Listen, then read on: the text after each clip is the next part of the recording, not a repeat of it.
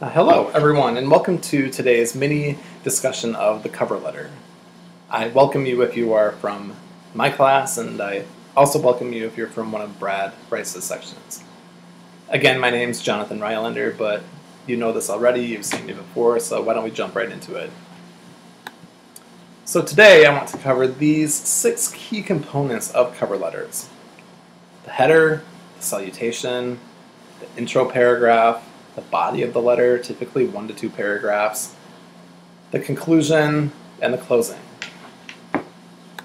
Now, before I get into each individual component, I find it necessary to ground what I'm saying in a specific example. And the example cover letter that I'm looking at is the one that you have already seen and hopefully read. It's the example that Brad and I have posted on the blog on the schedule that you can access right there. This example actually comes from the How Writing Initiative. It's one of their resources. So if I can make one more plug, I encourage you, again, to visit the How Writing Initiative when you get to campus, to come and see us about any writing needs that you might have. I also encourage you to visit the How Writing Initiative website to look through the resources that they have available. The first thing is the header. So at the top of this cover letter, the hypothetical candidate here, Lori Jones, has all of her information there, including her email address, and so you want to do the same thing on your letter. Now, there's several schools of thought on headers. Some prefer that it is blocked to the right, like it is here. Some prefer it blocked to the left. Some like it right in the middle to very much match what you would have on your resume, because often on your resume, your address should be in the middle in your information. So Brad and I are not so much concerned with where you have your information at the top. What we are concerned with is that it's at the top somewhere, and that the information that you have up here is the same that you have on your resume, so that there's consistency there. Then under your information, you put the date, and then what is called the inside address. So the inside address is the address of the hiring manager and the organization that they work for, so it's who you're writing the letter to. Now, oftentimes this information, especially the hiring manager's name, will be hard to find. And so for the position that you're applying for, the student programs at Procter & Gamble, you do not need to include an inside address.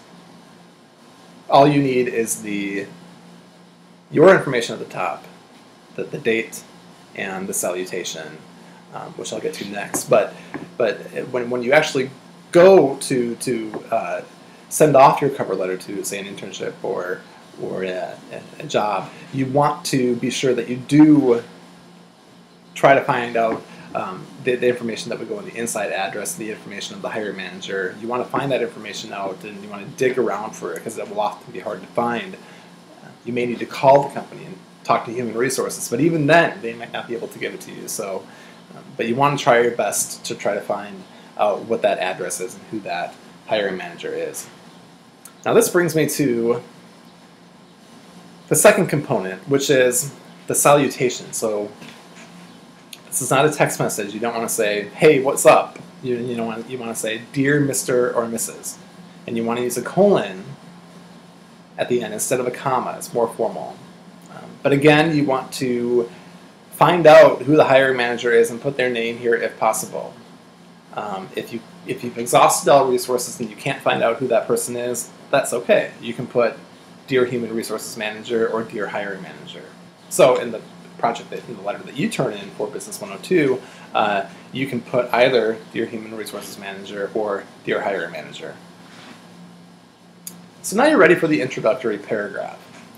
As with all business writing and professional communication, you want to be direct, concise, and to the point as soon as possible. So let's look at Lori's opening line. She writes, "I am interested in your Assistant Director of Development position that I viewed on the Career Builder website." So as somebody looking at this letter, I can see right off the bat what position Lori wants and where she found it. It's direct, it's concise, again, to the point. Now, also in your intro paragraph, you want to include any specific information about why you want to work for the company and what you will bring to them. Okay, so the intro paragraph is short, but again, you want to be direct, be to the point, and try to make a statement in there about what you can offer. Okay, and this is called writing with you attitude. So even saying the word offer or what you can contribute or bring to the table, right? Using that kind of rhetoric is very important. It's also customary in the intro paragraph to include a very brief overview of your qualifications as a way of previewing the remaining paragraphs of the letter. So now you're ready for the body of the letter. Typically 1 to 2 paragraphs, could be 3, but that would really be pushing it, especially when you were trying to always fit a one-page requirement as you develop throughout your career at Miami, as you take on more experiences. It's going to be hard to fit that one-page requirement. So 1 to 2 is enough. First off is the topic sentence. You want to use topic sentences to set up the general point of the paragraph, and after you set them, you don't want to veer from them too much. You don't want to go off on tangents. So let's see what Lori does. So in her opening line for her second paragraph, Lori writes, "As you will note in the enclosed resume, I will be graduating from Miami University next month, where I am currently majoring in marketing with a minor in speech communication." So as somebody looking at her letter, I'm thinking, okay, so in this paragraph, Lori will be talking about some experience, perhaps a class project related to her marketing major and or speech communication. And that's essentially what Lori does in the remainder of this paragraph. One critique I have here is that I would like to see more details, more specifics about, say, a specific class project that Lori completed. So she might say, in Marketing 481, I had the opportunity to do XYZ, and this allowed me to develop my skills pertaining to XYZ. So again, details, more specifics of say 1 or 2 experiences here is important. What she does do a good job of, though, is again, staying on point and not veering off onto a wild tangent.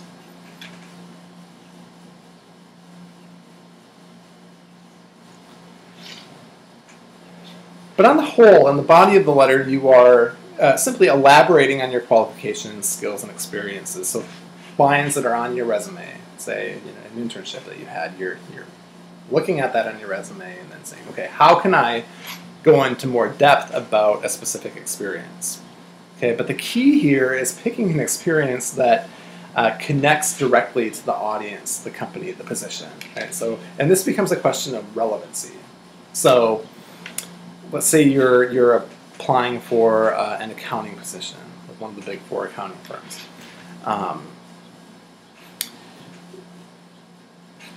You want to make sure that the experience or the position that you talk about, again, relates to your audience. So let's say you had a great internship with a landscaping company, a small landscaping company. Now, if you did some accounting work for the landscaping company and some more office work that you could really talk up, then go ahead, put it down. But although you may list it on your resume, you probably don't want to go into too much depth about your landscaping experience, job experience, if all you were doing was working outside and not doing more accounting type work. If you're applying to an accounting position. So this just becomes a question of relevancy. So trying to pick the experience, trying to pick those internships and job experiences that in which you developed skills that would transfer well to the position for which you're applying. Now, in thinking about the body paragraphs, I've also developed what I call the triangulated approach. Now, the name here is not so much important. You might forget it, and that's fine. And this may or may not be helpful for you, but what it is a sort of gut check, right? To make sure that the experience that you're talking about on your cover cover letter is meaningful to you as well. Because what I find is that it's easier to talk about experiences and to elaborate upon them and to find connections between you and a company if you enjoyed it, right? If it was meaningful to you. So what you do is on a blank piece of paper, just draw a triangle. And at the top, write you. At the bottom right-hand corner, write the word mission. And in the bottom left-hand corner, write the word experience. Now, after doing that, you want to try to connect these points as much as possible.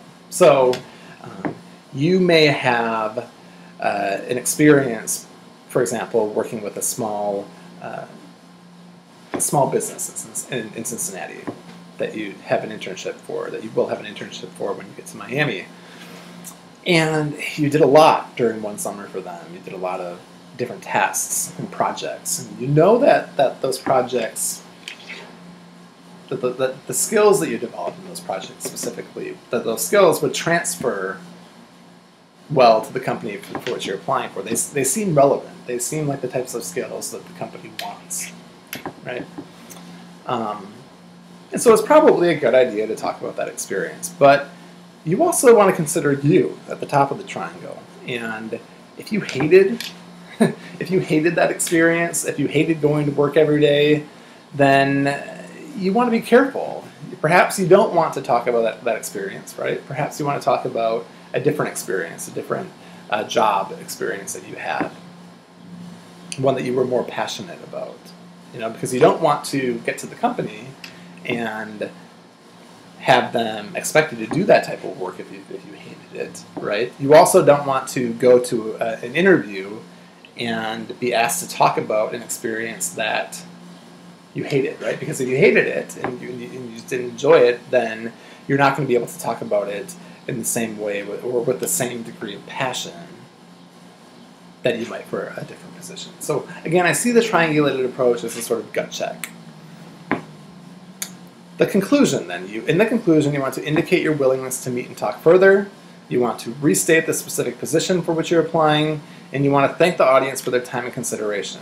It's often appropriate to thank them. Now, if we go back to the example here, Lori, let's look at her final paragraph. Lori writes, I believe these are the kinds of skills and abilities you are looking for in an assistant director of development, and I would like very much to meet with you to discuss this further. I will call you the week of May 5th to see if we can arrange a meeting. Now, although Lori does not directly thank the audience in this final paragraph, her tone is right. It's enthusiastic, it's passionate, and it's also assertive and direct. It mentions that she's going to follow up. And that's appropriate. So whatever position you're applying for, don't be afraid to be more direct on the cover letter, especially in today's demanding and competitive job market. And employers like it. They often like it when you are direct, when you follow up, and when you email to make sure that they received your cover letter. That's never a bad idea. Finally, the closing. I always say go with sincerely. That's 98% of the time the best bet. It's formal and it's often expected. So that's all I'll say there. So I thank you for watching today. Again, if you have any questions that come up, don't hesitate to email myself or Brad. We're more than happy to help. That's why we're here. And I just look forward to working with you further on this project. Thank you.